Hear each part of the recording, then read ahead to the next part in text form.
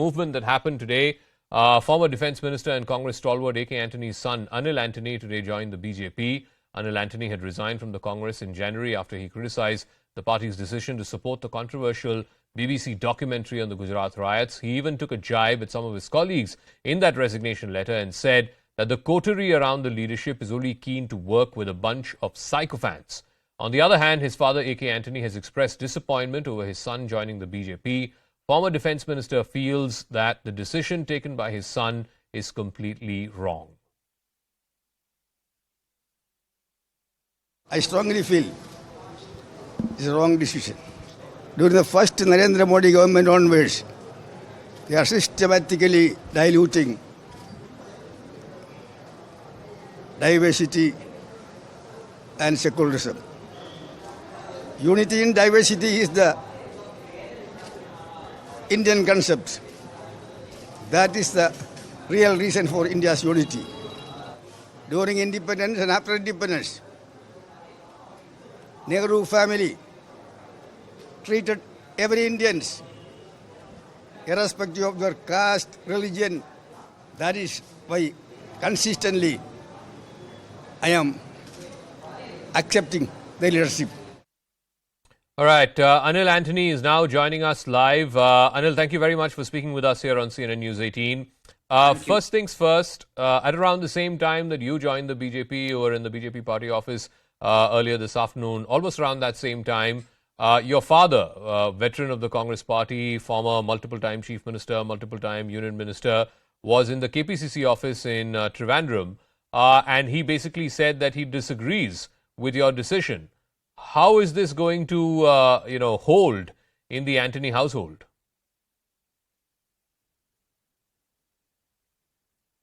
See, my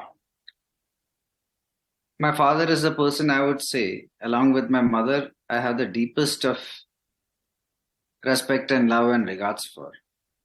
This is not any personal animosity or a decision taken because of any personal difference in any manner. This is a difference of ideas and a difference in our perception of the trajectory of this country for the next decades. My father worked in the Congress party for almost 6+ decades, 5+ decades he was a parliamentarian. Now he has retired and he has moved back to Kerala.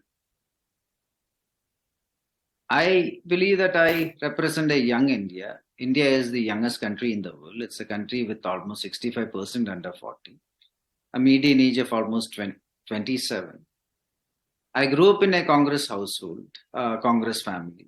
All my life I have seen the Congress party. I was influenced quite a lot by a lot of Congress values and ideologies.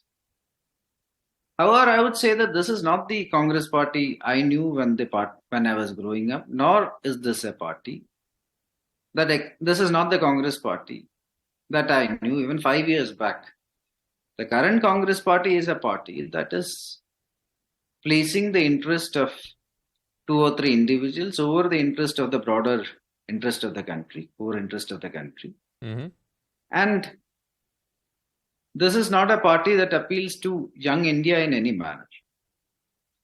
So can I press you on that? 2 things you said. One is the current Congress party is not what it used to be even 5 years ago. Please explain to our viewers what you mean by that. Why is it different from what it used to be before? And more importantly, when you say that the BJP is the party that is capable of leading young India over the next decades, why do you believe the Congress is incapable of doing so? See, again, it's a great question. And again, it's very easy to put things into a perspective. At one side, you have the Congress party, which has a glorious past and history, which has also played a role in this country's transformation. But you look at the last few years, you look at the last 2-3 years, there had been so many instances where the party has actually taken stances which is against this country's core interest. The party was very willing to align with forces and organizations that were blatantly targeting this country's sovereignty and integrity. You had some of your tallest leaders who are traveling outside and telling hostile forces that wants to weaken India to intervene in India because of many reasons, political reasons. And this is not something which I thought was the right thing to do. Mm-hmm. At the same time, in the other side, you have the party I joined today, the Bharatiya Janata Party. And you look at that party, the party is led by a prime minister who is undisputedly the most popular political leader in the country. I would even say he is the most popular global leader across the world, who actually has a very clear vision for this country. The party is not thinking of 2 years or 5 years or 10 years or one election cycle or two election cycles. The party is thinking of a generation. It is thinking of 20-25 years. It is thinking of the party is working with a very clear vision to transform this country into a developed country by 2047 from where we are. The party has a very clear vision to place India as one of the leading poles in an emerging multipolar world. The party actually has a very clear vision to bring social and economic mobility and social justice for every citizen in this country in an inclusive manner. And these are all very concrete policies that is happening with a lot of integration of technology, which is one of the areas where I have a lot of expertise and interest in. And you have all this happening in this side. And then the other side, you have an organization that is actually now, let's say, just focusing on individuals over interest, any kind of interest, national interest, public interest. Let's say you are just focusing on individuals and you are actually willing to compromise national interest or even Anil, bring your country down, tear your country down, tear everything that is good happening in this country. One final word. Political power anymore. I want you. Let's say one final word, Anil. I want you to speak to your constituents. You come from a state and a part of the state which is dominated by minorities. You are a member of the minority community there as well. And something that your father said today as well, that he believes that only the Congress party can represent minorities or believes in secularism.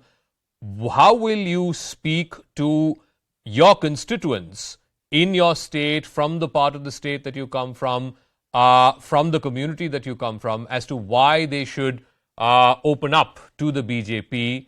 Because they have been suspicious of the BJP in the past. They've not been great votaries of the BJP, as it were. So what will you tell them tonight? See, all these suspicions, first of all, I would say are just misconceptions, and I'm just looking at actual realities. So first of all, a lot of people say, oh, in Kerala, the party is not relevant. But let me tell you, in the last 3-4 years itself, in states like West Bengal, in Telangana, in Tripura, many states where the vote share was 1 and 2 and 3%, which is much less than what the vote share the Bharatiya Janata Party is having in Kerala now. From 1 to 3% with 0, 1, 2, 3 MLAs itself, like that. The party has grown exponentially in 3-4 years, and it has formed government in one of the states. It has emerged as the leading opposition parties in the other states. It is winning many Lok Sabha and legislative elections. It has become legit electoral parties in all these states I mentioned. Now you look at Kerala, the state of the party is much better in Kerala, with double-digit vote base, with a strong leadership, with a strong cadre, strong state leadership, etc. in Kerala. Plus you speak about the minorities, but you saw what happened in Northeast. There are 7 northeastern states. You look at Goa, you look at 8 states, and all these are also states with a strong minority presence. And all these states overwhelmingly voted for the BJP. And in all these states, without exception, the NDA is the largest. It is the largest coalition in all these states. So all this conception of how minorities don't vote for the BJP, etc., are misconceptions, which certain people are spreading for their own political survival, but it is very cut off from actual realities. All right, Anil K. Antony, thank you very much for speaking with us here on CNN News 18, and wish you good luck in this new political innings of yours. Thank you very much for speaking with us.